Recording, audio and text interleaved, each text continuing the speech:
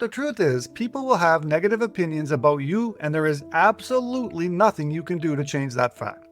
When you allow your fear of what other people think to stop you from doing what you want to do, you become a prisoner to other people's opinions. Welcome to Philosopher Insights, the podcast that delivers wisdom in minutes a day that you can put into practice daily and strive to master over a lifetime. The podcast committed to sharing ideas that encourage you to bridge the gap between who you are today and the person you aspire to be in the future. Hi, my name is Herb Lamba, and welcome to my podcast, where I will share practical insights from the world's best authors. Knowledge isn't power. Applied knowledge is. The quest to become the best version of you starts right now. Hi, and welcome to Philosopher Insights. My name is Herb Lamba. Today, we're taking a look at the Let Them theory, a life-changing tool that millions of people can't stop talking about. The author of this book is Mel Robbins, and the book is published in 2025. I want to share a number of my favorite insights, starting with the Let Them theory, emotional detachment, let them think bad of you, 8-year-old maturity, let comparison teach you, people change when, power of influence, blue sky mixed with clouds, and then finish it off with the let me era. So let's start with the introduction. Quote, why do you hesitate? What is it that is causing you to procrastinate, or feel so tired, or overthink every decision? What's underneath all that doubt? What is stopping you from doing what you need to do or living your life the way you want to live it? What are you afraid of? I was shocked when I discovered the answer for myself. It was other people. Or rather, how I was letting other people impact me. I was spending too much time and energy managing or worrying about other people. What they do, what they say, what they think, how they feel, and what they expect from me. The reality is, no matter how hard you try or what you do, you cannot control other people. And yet, you live your life as if you can. You live your life as though if you say the right things, people will like you. If you keep taking on more work, your boss will respect you. If you act in the right way and cater to what your mom wants, and also keep your friends happy, somehow you'll find peace. You won't. In this book, you'll learn how 2 words, let them, can set you free. Free from the opinions, drama, and judgment of others. Free from the exhausting cycle of trying to manage everything and everyone around you. There is a better way to live. The Let Them theory is a proven method that teaches you how to protect your time and energy and focus on what matters to you. Learn how to stop giving your power away and start creating a life where you come first. Your dreams, your goals, your happiness. End quote. Well, first of all, let me welcome you to 2025, and I'm honored to start with Mel Robbins. I have to say, I'm not quite sure how Mel Robbins manages to do it, but she's done it again with her latest book. It's another hit that will really resonate with readers. I believe that one of the key elements that make Mel Robbins' work resonate with readers is her authenticity. She shares her personal struggles, which creates a strong connection with her audience. Readers appreciate her candidness, feeling that if she could overcome some challenges, they can too. This book is no different. I am excited to share a few of my favorite insights from this wonderful book. So let's dive in. Insight number 1, the Let Them theory. Quote, the Let Them theory is about freedom. 2 simple words, let them, will free you from the burden of trying to manage other people. When you stop obsessing over what other people think, say, or do, you finally have the energy to focus on your own life. You stop reacting and you start living. Instead of driving yourself crazy trying to manage or please other people, you learn to let them. So, what does this look like? Imagine you're at work and your colleague is in a bad mood. Instead of letting their negativity affect you, just say let them. Let them be grumpy. It's not your problem. Focus on your work and how you feel. The truth is, other people hold no real power over you unless you give it to them. Here is why this works. When you stop trying to control things that aren't yours to control, you stop wasting your energy. You realize that your happiness is tied to your actions, not someone else's behavior, opinions, or mood. End quote. Isn't that fascinating? How Mel Robbins turns her personal struggles into her powerful, life-changing concept. Her books are like a roadmap of personal transformation, each born from a deeply personal moment of revelation. Take her first book, The 5-Second Rule. It emerged during one of her lowest points, inspired by a rocket launch countdown that sparked her to take action. Then came The High Five Habit, which she developed after a vulnerable moment staring in her bathroom mirror where she literally high-fived herself to boost her own confidence. And now her latest concept, the let them theory, springs from a beautifully simple interaction with her son on prom night, when her daughter essentially said, "Let them do their thing. It's their night, not yours." Mel realized this is more than just advice about a single evening. It was a profound life philosophy about releasing control and letting people live their own experiences. Insight number 2, emotional detachment. Quote, when you say let them, you're practicing emotional detachment. You create a mental gap between your emotions and the situation at hand, allowing yourself to observe what's happening without being consumed by it. The result? You remain calm, clear-headed, and in control of your actions. To me, this theory is not the same as letting it go. Personally, I've never been able to let anything go because it never feels resolved. When you say let them, you're not giving up or walking away. You're freeing yourself. You're releasing that grip you have on how things should go and allowing them to unfold the way they will go. The beauty of the let them and let me is that it helps you master these practices so you can stop being ruled by emotions and start living a more peaceful, intentional life. End quote. Mel has really touched on something important here. When we say let them, it's not about being passive or giving up. It's a powerful mental shift. Think of it this way. Saying let them allows you to step back emotionally, create a buffer between your feelings and the situation. You're still present and aware, but you're not getting pulled into the drama. It's like watching a movie of your life instead of being caught up in the scene. This mental trick helps you stay calm and clear-headed so you're not reacting impulsively or getting overwhelmed by emotions. Insight number 3, let me. Quote, let them is just the first half of the equation. You cannot stop there. There is a second, critical part to the theory, let me. The source of your power is not in managing other people. It's in your response. When you say let me, you're tapping into that power by taking responsibility for what you do, think, and say next. Let me makes you realize that you are in control of what happens next and that life is more fun and fulfilling when you're not sitting alone in your superiority. That is why the theory only works if you say both parts. When you say let them, you make a conscious decision not to allow other people's behaviors to bother you. When you say let me, you take responsibility for what you do next. End quote. You know, that's such a great point about the let them theory. It's like a two-part dance, and you can't just stop at the first move. So we've got let them. That's where we step back and give others space to be themselves.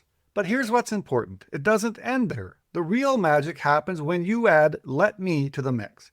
Think about it this way. Let them is like letting go of the steering wheel when you're trying to control others. Let me is where you grab hold of your own wheel. It's all about taking charge of your own actions and reactions. When you say let me, you are basically telling yourself, okay, I can't control what they're doing, but I can absolutely control what I do next. It's like flipping a switch from feeling powerless to realizing you've got the power to shape your own experience. Insight number 4, let them think bad of you. Quote, the truth is, people will have negative opinions about you and there is absolutely nothing you can do to change that fact. When you allow your fear of what other people think to stop you from doing what you want to do, you become a prisoner to other people's opinions. This is where that ends. It's time to give people the freedom to think what they want. Let them. It's time to set yourself free and let me make the small moves boldly and unapologetically that over time will transform your entire life. End quote. It's pretty wild when you think about it. A lot of us are navigating our lives like we're using other people's opinions as our GPS. Just take a moment to consider that. We often make choices based on what we think others will say about them, whether it's our parents, friends, or coworkers. And let's not forget social media, which can be the worst culprit of all.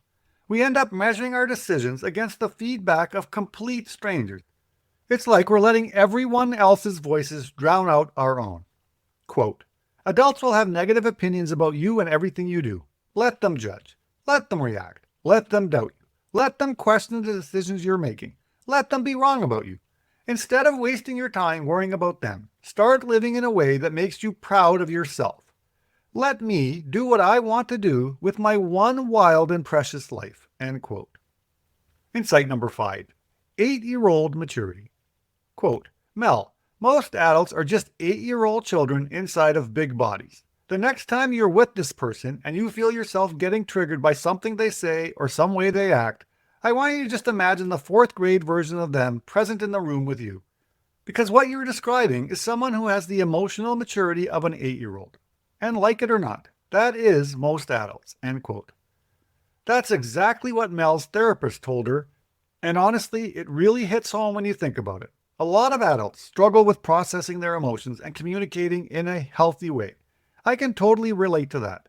When things get tough, my instinct is often to just walk away from the conversation to avoid making things worse. Sometimes I even convince myself that giving the silent treatment is the better option. I suppose we can't really blame adults for this when it's not something they teach us in school or anywhere else for that matter. It's no surprise that so many of us end up stuck at an 8-year-old maturity level. The question is, how do you deal with it? Quote, here's how you let the let them theory process your own emotions in a healthy way. When you feel your emotions rising up, let them. Allow the anger, the frustration, the hurt, the disappointment, the sadness, the grief, the tears, and the feelings of failure to come up. Let them. And then, let me not react. Just notice the feelings and let them rise up, end quote. Remember, this isn't about wallowing in negative emotions. It's about acknowledging them, feeling them, and then being able to move forward more effectively. It's a healthier way to deal with the full spectrum of human emotions. Insight number 6. Let comparison teach you. Quote, if someone has done something better and bigger and cooler than you can ever imagine, let them. Let them have their success. Let them beat you to it. Their success gives you the formula. If you're not careful, comparison can become the reason why you doubt yourself, procrastinate, and continue to stay stuck. You are capable of achieving the same success, but instead of working to create it, you're actively arguing against what you want. No one is taking anything from you. Happiness, success, and money are waiting for you to get serious about creating them. End quote. Now, this is such a powerful perspective shift. It's so easy to fall into that comparison trap, right? We see someone else killing it, doing something amazing, and our first instinct is often to feel jealous or discouraged. But here's the thing.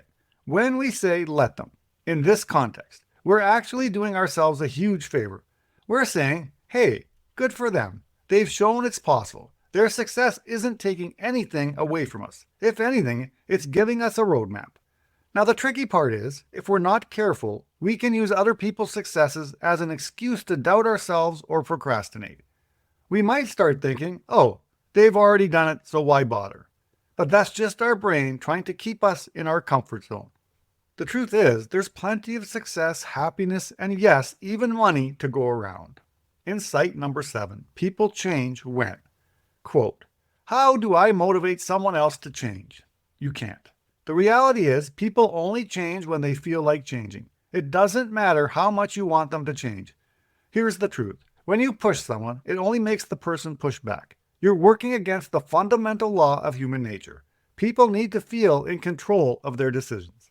Loving people means that you have to meet them where they are. You must learn how to let adults be adults. When you let them be, you're accepting them for who they are right now. Let them be on their own timeline. Let them fail at their career. Let them give up. Let them live their life. End quote. Now that is some powerful stuff. People only change when they're ready to change. It doesn't matter how badly we want it for them or how much we try to push. In fact, pushing's going to backfire. It's like trying to force a cat into a bathtub. The harder you try, the more they resist. It's just human nature. We all want to feel like we're in control of our own lives and decisions. When someone's constantly trying to change us, it feels like they're taking that control away. So then what do? We dig our heels in, even if deep down we know they might have a point. This approach can feel counterintuitive, especially if you're used to trying to fix or change people. But often it's exactly this acceptance that creates the space for people to change on their own terms. Insight number 8. Power of influence. Quote, model the behavior change you want to see and walk the talk you've been asking for.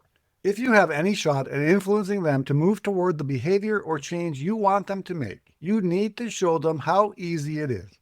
You can't ask someone else to eat healthier while you're raving about the croissant you just ate. But you can influence them if you're always eating healthy meals yourself and raving about how good it tastes. Stop pressuring them to change. Accept that you can't control their behavior or actions. Adults only do what they feel like doing. Your job is to accept them for who they are and where they are. Let them be, then let me. End quote. Now, here's the secret. Instead of nagging or pressuring someone to change, you show them how awesome the change can be. You make it look effortless, enjoyable. You're basically saying, look how great this is, without saying a word. The key is dropping the pressure. Adults are going to do what adults want to do, period. You can't control their actions, you can't control their behavior. Your job isn't to force change, it's to accept them exactly where they are right now. So here's the magic formula. Let them be who they are. Let me be the example of what's possible. It's not about controlling them. It's about inspiring them by living your best, most authentic life. Insight number 9. Blue sky mixed with clouds. Quote, imagine standing beneath a sky that's constantly shifting, sometimes clear and blue, other times filled with clouds or rumbling with storms. You spend so much time and energy trying to keep that sky clear, wishing away the clouds, hoping for endless sunshine. But the sky doesn't care what you want. It will do what it does, with or without your input. End quote. What a great analogy. It really highlights how many of us spend our lives trying to control things we just can't. We often think the world should bend to our expectations, and when it doesn't, we end up feeling frustrated. I mean, good luck trying to control the weather, right? It's just an unrealistic way to think that we can control what other people do. Insight number 10. The let me era. Quote, stop wasting your brain space on the millions of tiny things that don't matter. It's time to use every second of your day for all the amazing things you know you are capable of. Stop letting the fear of what other people might think paralyze you. Stop tiptoeing around everyone else's emotions. Stop letting other people's successes devastate you. Stop trying to change people who don't want to change. I am so incredibly excited to personally welcome you to your Let Me era. Let me get started.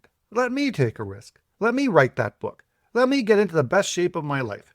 Let me create a better life, a life that makes me proud, a life that makes me happy. End quote. That wraps up the insights I wanted to share from the Let Them Theory by the incredibly inspiring Mel Robbins. If you're looking for a way to reclaim your energy and prioritize what truly matters in your life, I think you'll find the Let Them Theory to be a refreshing guide. It's not just about letting go. It's about empowering yourself to live more fully and authentically.